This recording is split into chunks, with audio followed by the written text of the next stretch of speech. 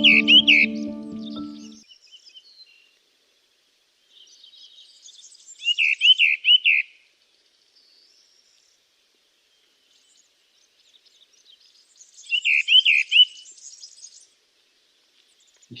há aves que eu não ouço, esta, por sua vez, até faz ressonância dentro dos meus ouvidos. Estamos a falar, portanto, da totinegra real e o Gonçalo é que nos vai ensinar aqui mais umas coisas sobre esta espécie. Olá, Gonçalo, tudo bem? Olá, Zé.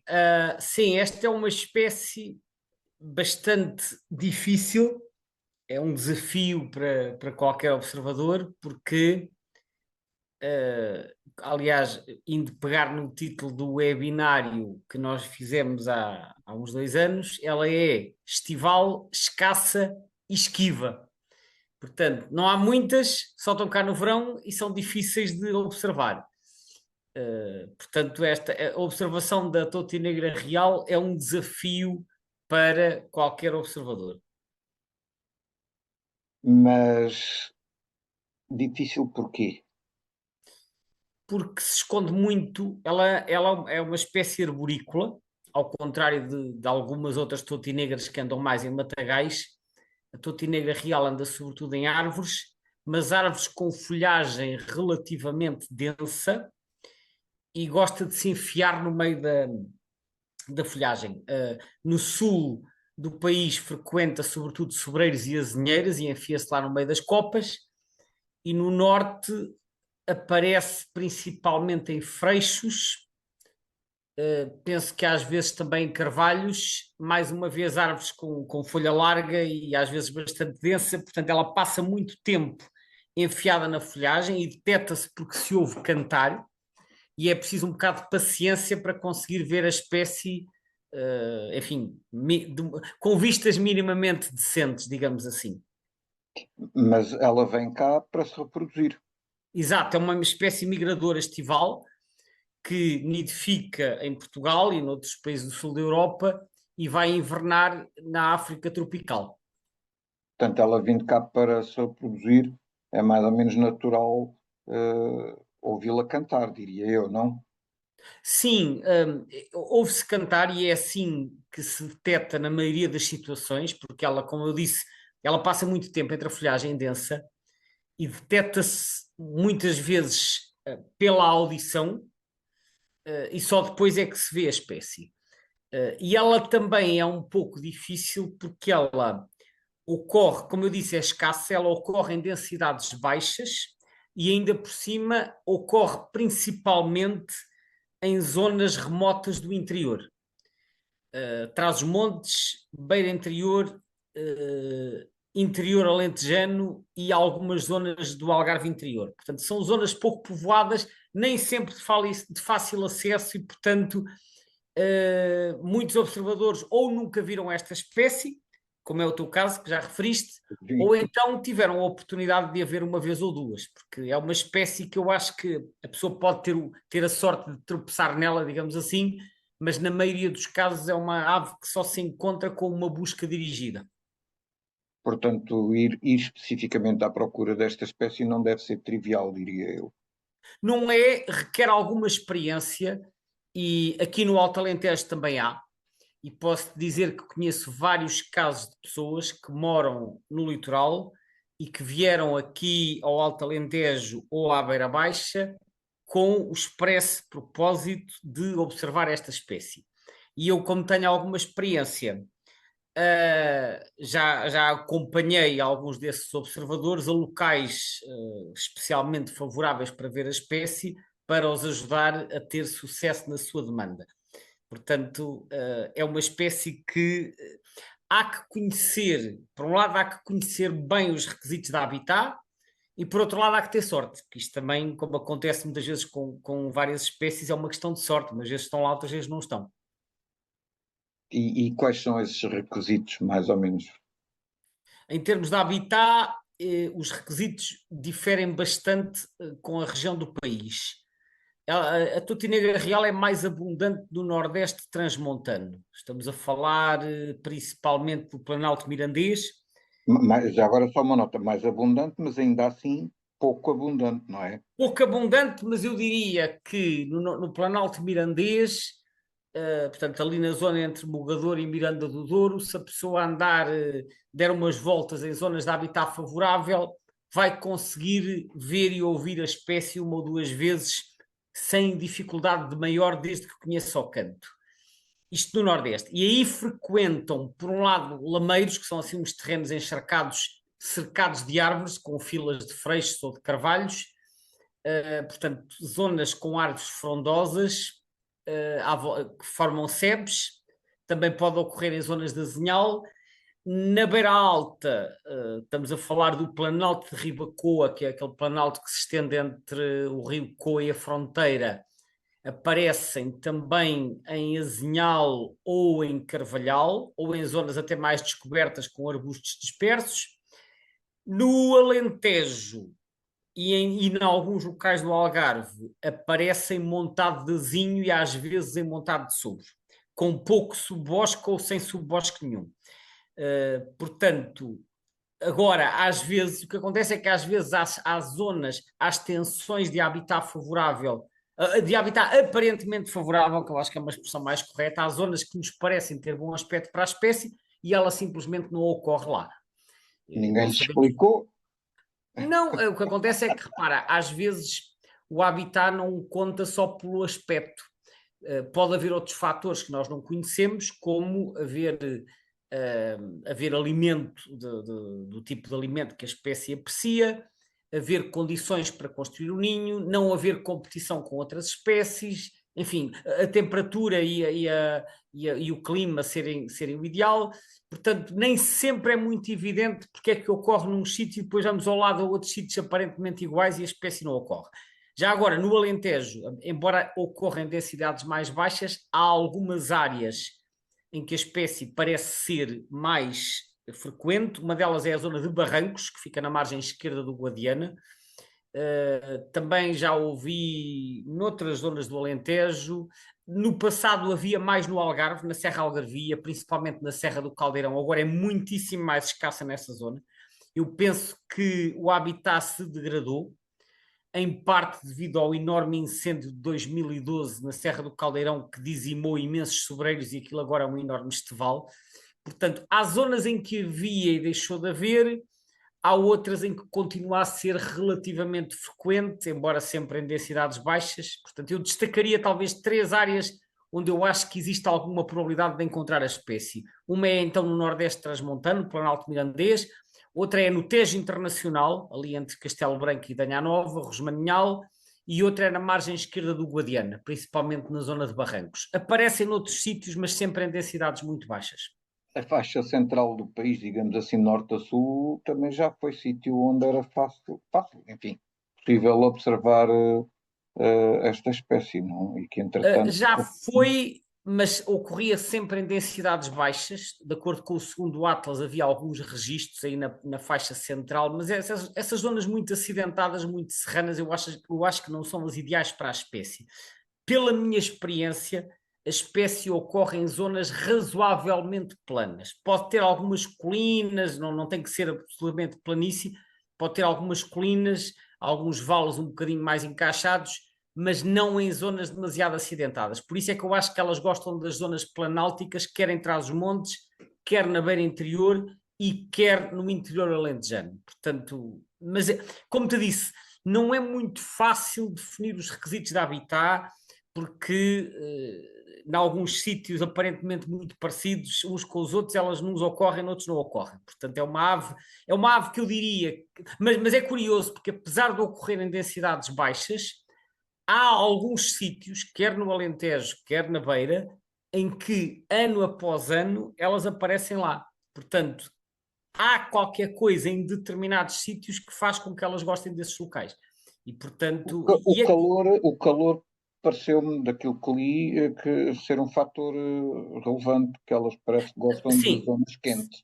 sim, claro, vamos ver. Isto é uma espécie de regiões mediterrânicas. Portanto, é uma espécie de climas quentes, ocorre no sul da Europa. Portanto, estamos a falar da Península Ibérica, e mesmo na Península Ibérica não ocorre no norte, na região eurosiberiana.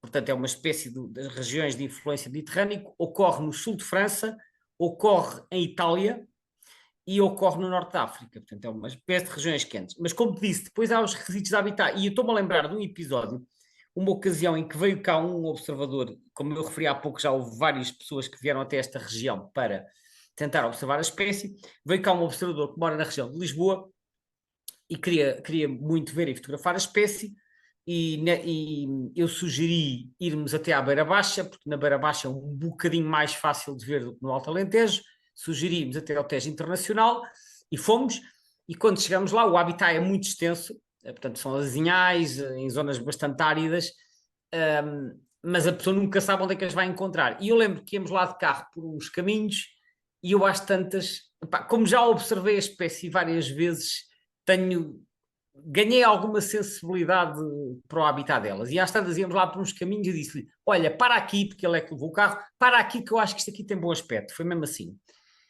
E saímos do carro e passado um minuto estavam-me a cantar ao pé de nós. Portanto, não sei explicar porquê, porque o habitat às vezes é bastante extenso e, como disse, elas ocorrem em densidades baixas. Às vezes é uma questão de feeling, da pessoa achar que aquela porção de bosque tem ali qualquer coisa que a gente sente. Mas enfim, isto aqui é muito subjetivo, porque eu estou a dizer que por acaso nesta vez tivemos sorte, mas noutras ocasiões a pessoa tenta e não vê absolutamente nada. Portanto, também não quero agora dar a ideia que isto é como com um estalar de dedos e elas aparecem, porque nem sempre é assim. Era bom, não era? Houve outra ocasião em que houve um rapaz também da região de Lisboa que veio até cá, também queria muito ver essa espécie. Fomos procurar ali nos sobreirais perto de Marvão, num sítio onde eu já tinha visto em anos anteriores, aí já era um sítio conhecido. Fomos lá procurar e por acaso o bicho aproximou-se e aconteceu algo até bastante surpreendente. Em vez de estar sempre enfiada na copa, ela pôs-se a cantar num ramito bastante disposto, sem folhas, de um sobreiro, e teve ali para aí um minuto ou dois completamente à vista, permitindo então ao visitante que cá veio tirar umas belas fotos, porque não é muito habitual ver a espécie assim exposta. Portanto, enfim, é uma espécie para a qual eu acho que é necessária alguma paciência, alguma perseverança, mas que, escolhendo bem os sítios e com tempo, se consegue boas observações. A primeira vez que viste esta espécie, tiveste a sorte de ter alguém que te orientou ou tiveste Não, sorte? não. O que aconteceu foi isto. Eu tinha de dar um passeio ao Tejo Internacional com mais alguns amigos. Foi no dia 13 de junho de 1990. Fomos acampar alguns dias lá para o pé da Foz do Rio Erges. E foi no dia que vimos o Pardal Espanhol no Ladoeiro. O Pardal Espanhol foi o tema da conversa 260, que foi o episódio anterior. E depois nós íamos à boleia, porque nós éramos todos jovens, não tínhamos carro, e então fomos à boleia e de autocarro, portanto, fomos de comboio até Castelo Branco, depois entre boleias e autocarros lá chegámos até à aldeia do Resmaninhal, e a partir do Resmaninhal fomos a pé vários quilómetros até chegar à Foz do Rio Erges. E pouco depois de sairmos do Resmaninhal, eu comecei a ouvir um canto que eu nunca tinha ouvido na natureza, mas que eu conhecia das gravações, porque eu já tinha umas cassetes, na altura ainda nem CDs havia, nem CDs e muito menos cá gravações digitais. Mas eu tinha umas cassetes que me tinha arranjado o meu mestre Peter Harris, que era o diretor do Centro A Rocha, no Algarve, e eu já tinha ouvido aquelas cassetes várias vezes e, portanto, já conhecia os cantos da maioria das nossas espécies, mesmo algumas que eu nunca tinha visto. E o canto da Touti Negra Real é muito característico, é aquelas estrofes que nós ouvimos no início, tirru, tirru, tirru. E quando nós estamos a caminhar lá depois do Rosmaninhal, lá por meio assim de um azinhal disperso, eu de repente, numa árvore do meu lado direito, começo a ouvir esse canto. E eu estava a cantar intensamente e eu reconheci o canto da gravação, mas isto é uma Touti Negra Real. Não tinha dúvidas, porque era aquilo que eu estava a ouvir. Tenho que tentar ver a ave. Mas era uma azinheira, não muito grande, mas muito densa, como às vezes acontece com as azinheiras. E portanto eu não via nada lá para dentro. Então fiquei ali alguns minutos de roda da árvore até a ave se mostrar. E essa altura lá se mostrou e ela, quando se consegue ver bem, o macho a cantar é muito característico, tem o barrete preto com o olhinho branco, né? Que é a íris clara.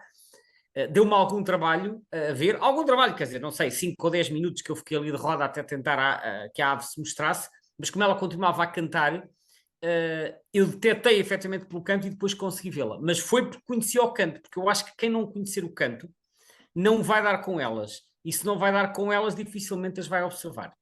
É claro que nós sabemos que hoje em dia, ao contrário do que acontecia em 1990, hoje em dia já há muita gente que tem, enfim, entre telemóveis e outros equipamentos que depois usa para fazer os chamamentos para atrair as aves, que torna a observação muito mais fácil do que era em 1990. Ainda assim, é preciso saber onde procurar, quer dizer, a pessoa não vai estar a pôr chamamentos à toa em sítios que não faz ideia se tem, se não tem.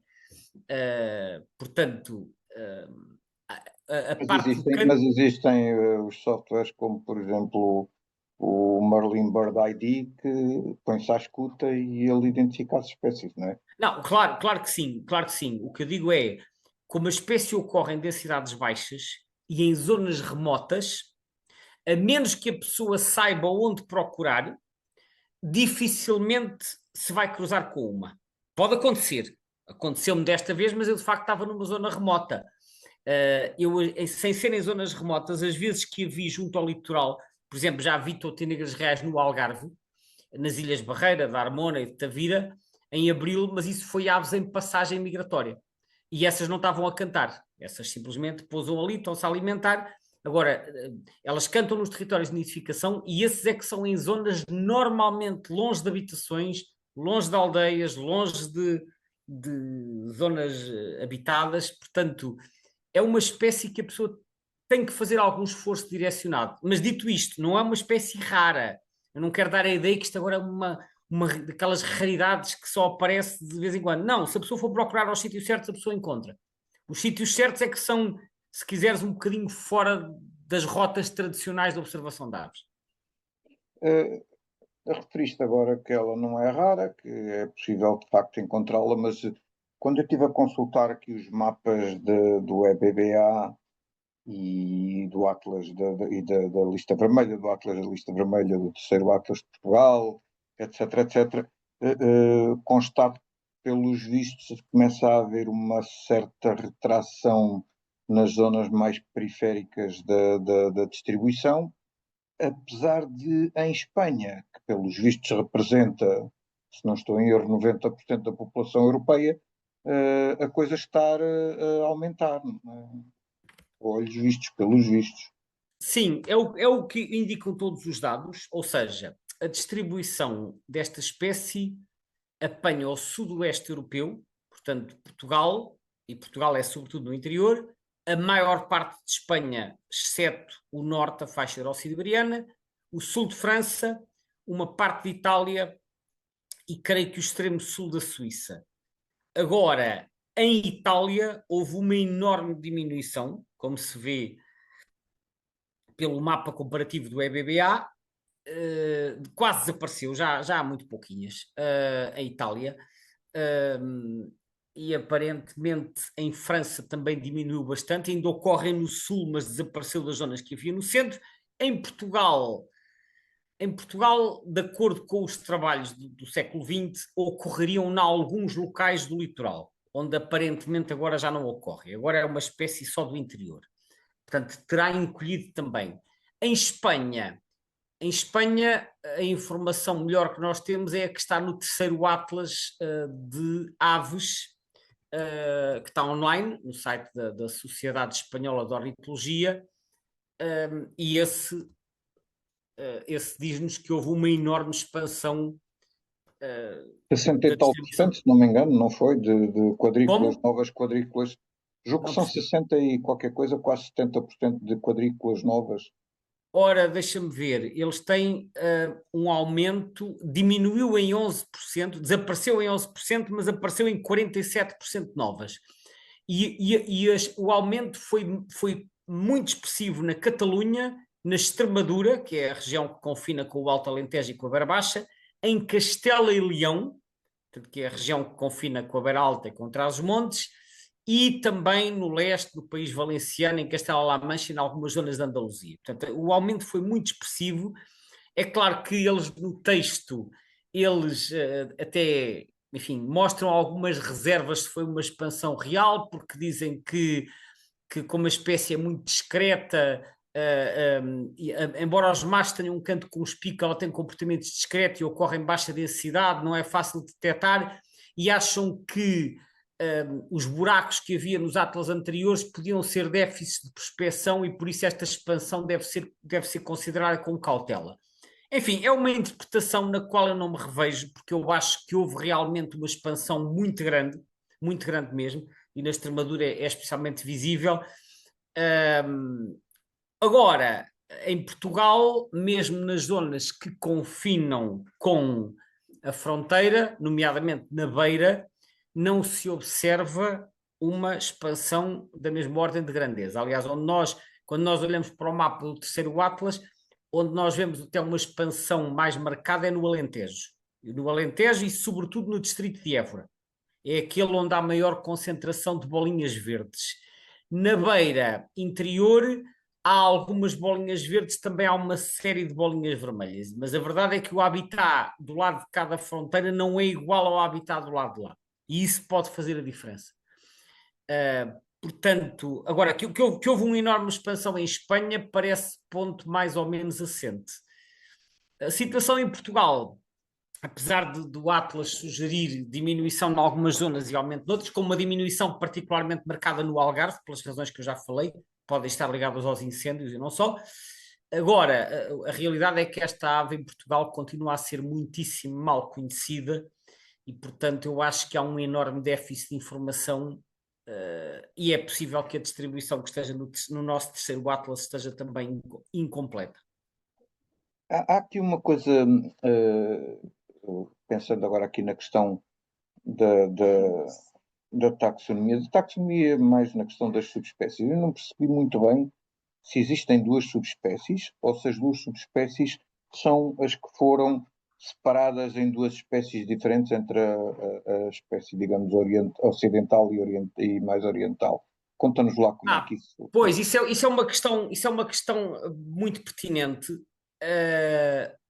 porque de facto a situação é um bocadinho confusa. Então, quando eu comecei a observar aves, portanto, usando os guias dos anos 80 e 90, a totinegra real era dividida tradicionalmente em duas subespécies, que era na altura era a Sílvia, agora é que é Curruca, a Sílvia hortensis e a Sílvia crassirrostris. A crassirrostris é a oriental que ocorre no Mediterrâneo Oriental a partir da Croácia, portanto, da Eslovénia e da Croácia para lá, Balcãs, Grécia, Turquia e depois se estende pela Ásia fora até, assim olhando para o mapa, vai mais ou menos até ao Paquistão e ao Uzbequistão e ao Cazaquistão, portanto é leste da Europa e Ásia Central e Ocidental, ali alguns países do Médio Oriente também, e essa é a Crassirrostris que foi separada da nossa, entre outras diferenças, tem um padrão das infracaudais um bocadinho diferente da nossa. Portanto, as infracaudais... E essa ficou mesmo num género diferente, não é? Como? Essa ficou mesmo num género diferente. Não, uma espécie diferente. Numa espécie diferente. Espécie. Foi separada. Okay. Era a Sílvia hortensis crassirrostris, porque a nossa era a Sílvia hortensis hortensis. Mas essa também mudou para a Curruca? Mudaram todas. Mas espera, eu já lá vou ao Curruca. Portanto, ela foi separada em Sílvia hortensis crassirrostris, que é do leste, passou a espécie autónoma, portanto, passou a ser Sílvia crassirrostris. Por razões quer morfológicas, porque a plumagem é diferente, quer porque o canto também é diferente, é um canto mais longo. E essa Crassirrostris que não ocorre cá, nunca foi registada, é então do leste da Europa e asiática, tem 3 subespécies. A nossa, que foi separada, passou a ser Sílvia hortensis como espécie monotípica. Depois, mais tarde, com a publicação de um artigo há cerca de 10 anos para reclassificação das sílvias, ela passou a chamar-se, tanto a nossa como a outra, passaram do género Sílvia para o género Curruca, tal como a Melanocéfala, a Comunis, a Undata, etc. E então, a nossa passou a ser a Curruca hortensis e a do leste passou a ser a Curruca crassirrostris. Entretanto, o que é que acontece? Muito recentemente, a nossa, depois da separação, passou a ser monotípica, portanto, com uma só subespécie, sem subespécies, aliás, sem subespécies, monotípica, Curruca hortensis, enquanto que a Crassirrostris ficou com as suas 3 subespécies. Entretanto, há poucos anos foi concretamente em 2012, foi descrita uma nova subespécie, que é a Curruca hortensis cyrenaicae. Cyrenaica refere-se à região da Cirenaica, que é a região costeira oriental da Líbia. Portanto, é no norte da Líbia e foi descrita por um ornitólogo sueco chamado Svensson em 2012. Portanto, é uma descrição muito recente. Ele encontrou a ave, fez uma descrição, percebeu que era diferente daquilo que ocorre na Europa. Inicialmente, até se pensou que ela encaixava melhor na Crassirrostris, portanto, pensava-se que fazia parte que era uma subespécie da Crassirrostris, mas depois de analisar melhor a plumagem e outros caracteres, chegaram à conclusão que afinal encaixa melhor como subespécie da hortensis. Resumindo e baralhando, inicialmente tínhamos a hortensis e a Crassirrostris. Foram separadas em duas. A Crassirrostris, que é do leste da Europa e da Ásia, é uma espécie distinta, que é a totinegra real oriental, que tem 3 subespécies. A nossa ficou como Curruca hortensis, totinegra real, só 100 subespécies, e entretanto foi descrita a subespécie Cyrenaica da Líbia, o que faz com que a hortensis passe a ser politípica, porque passa a ter 2 subespécies, não é? Ok. E diz-me uma coisa também, este nome Curruca hortensis, como é que é a explicação disto? Bom, Curruca, que é um género onde foram encaixadas várias totinegras que saíram do género Sílvia. É um género, portanto, onde foram colocadas várias espécies. Este género foi proposto inicialmente por um ornitólogo chamado Beckstein, Johann Matthäus Beckstein, um ornitólogo alemão, em 1802. Depois foi abandonado e recentemente foi ressuscitado e então várias espécies transitaram para lá. Ora bem, Curruca aparentemente é um nome sueco algo obsoleto, um nome antigo, que era dado ao Papa Amoras Cinzento, que é Curruca Curruca, que durante muitos anos era Silvia Curruca. Então, como ele era, o nome antigo sueco era Kruka, e como era Kruka, quem descreveu a Curruca Curruca foi o Carl Linnaeus, e o Carl Linnaeus, quando descreveu a Curruca Curruca, na altura ele colocou isso no género Motacilla, como ele fazia muitas vezes com os insetivos, então chamou-lhe Motacilla Curruca. Portanto, pegou no nome tradicional sueco. E mais tarde, quando estas totinegras passam para o género Curruca, aproveitou-se então esse nome que já existia para uma das totinegras. Portanto, o nome é um nome antigo da língua sueca. Quanto ao hortensis vem do latim hortensis, que significa do jardim, e deriva de horto que significa jardim. Horto com H, portanto é hortus, H-O-R-T-U-S. Nós também temos cá às vezes horto, embora já não se utilize muito, mas horto é sinónimo de jardim. Às vezes, por erros de tradução, há quem pense que horta é horta, e então um dos livros que eu cheguei a conhecer nos anos 80 chamava esta espécie Flosa das Hortas, mas eu acho que isso é uma má interpretação do termo horto e hortensis, porque horto não tem a ver com horta, embora, enfim, as hortas às vezes no sentido mais lato nós podemos olhar para aquilo como um jardim, né? Porque hortas em inglês às vezes também se chama market gardens, portanto um jardim onde se cultivam hortícolas, mas de qualquer forma traduzida à letra, muito à letra, isto seria a totinegra dos jardins. Embora isto é uma tradução, é uma interpretação criativa, porque elas não ocorrem de maneira nenhuma em jardins. O habitat delas é bastante diferente. Mas é engraçado que os nomes comuns, por exemplo, quer o nome em inglês, quer o nome espanhol, fazem mais alusão ao tipo de canto e do que propriamente outra coisa. E a nossa é real, pronto. Sim, claro, pois em espanhol é a Mirlona por causa deste canto potente, em inglês é Orfeana, em francês também é Orphée, Fauvette Orphée, portanto fará Exatamente. também uma referência a este canto, E efetivamente. Mirlona é uma referência aos melros, não é? Talvez sim, porque o nome Mirlona, como é um canto enérgico, pode fazer lembrar o canto do melro comum. Enfim, é uma interpretação, esta questão das descrições dos cantos tem sempre alguma coisa de interpretativo e pode ser variável, mas sim, o significado do termo é esse. Bom, ficamos por aqui hoje, Gonçalo. Eh, Obrigado. Obrigado a Obrigado, Zé. todos os que nos ouviram também. E a próxima conversa, fica aqui alguma dica ou fica de surpresa? A próxima conversa é uma ave noturna, mas para já não vou revelar qual. Fica aqui o suspense. Até à próxima, então, Gonçalo. Até à próxima, obrigado a todos.